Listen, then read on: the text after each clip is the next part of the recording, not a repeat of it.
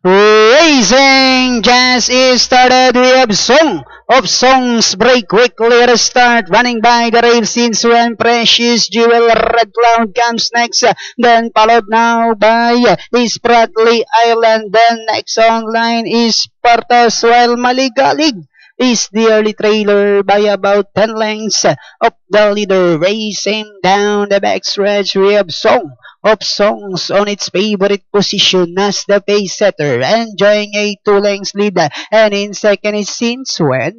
Red Cloud is racing in third, then next on line is Precious Jewel, moving upon the outside is Prattley Island. Partas racing second less, while Maligalig is still in less. And at the fourth turn, we have Song of Songs enjoying a 2 lengths lead. Since When remains in second, and in third comes Red Cloud is Prattley Island now to take fourth. Then comes Precious Jewel. Partas comes next, while Maligalig is still in less as they swing for home.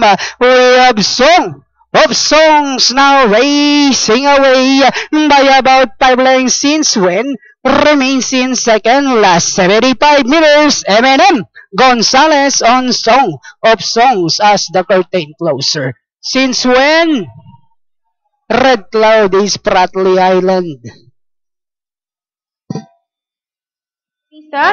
Para po sa inyong final race from Gate to Warrior, outstanding favorite 4-horse Song of Songs. Ang siyang pong unang tumawid sa meta, masa segundo numero 1, Since When, numero 5, Red Cloud, and 7-horse, Spratly Island. So that's 4-1-5-7.